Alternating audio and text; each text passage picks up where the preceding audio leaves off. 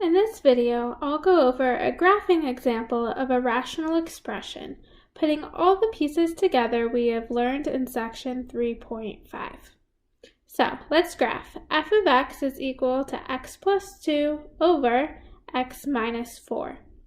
First thing we have to find is the domain. To find the domain, we're going to set the denominator equal to 0. So x minus 4 equals 0.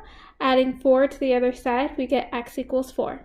Remember, we want to write our solution using interval notation. So remember, in English, the domain is all real numbers except positive 4. So in interval notation, my answer is negative infinity to 4 union 4 to positive infinity. Next, we have to find the vertical asymptote. Remember, the vertical asymptote is where your simplified function's denominator is equal to 0.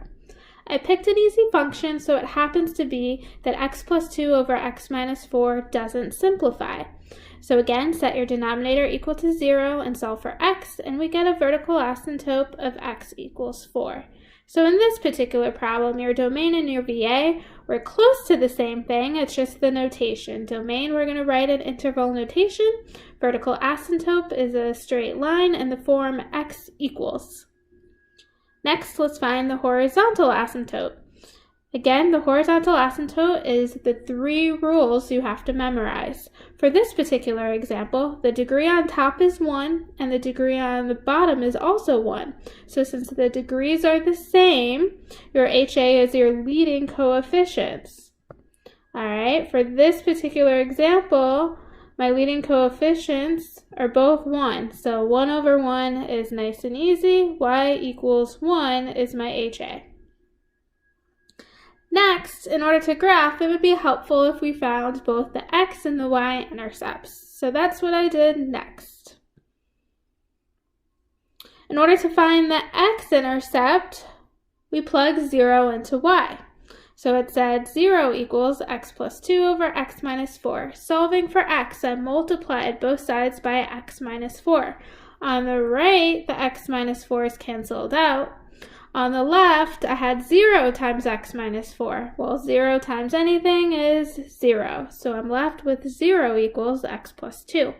Subtracting 2 to the other side, I get x equals negative 2 is my x-intercept. Next, let's calculate the y-intercept. Again, that means I plug 0 into x this time. Plugging in 0, I got 2 in the numerator and negative 4 in the denominator. Once I reduced, I got y-intercept in the form y equals negative 1/2. And then I started graphing my function.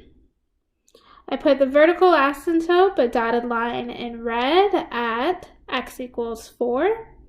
Then, in green, I did a dotted line for my horizontal asymptote at y equals 1.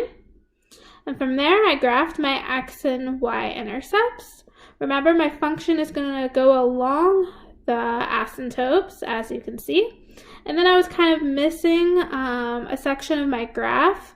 So just below here, I went ahead and plotted some points. So I plugged in some random x values I decided, plugged in to find my y values here. So I just did an xy chart just so I can plot some more points and get the actual shape of the graph.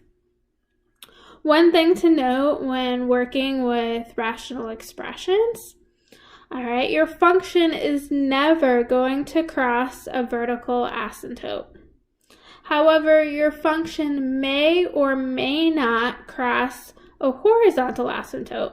We won't do any more difficult problems like that this semester, but next semester we'll work more on graphing and doing some harder type problems once you're in pre-calculus math 11-13. So again, your function for the most part is going to go along your asymptotes for nice easy examples this semester.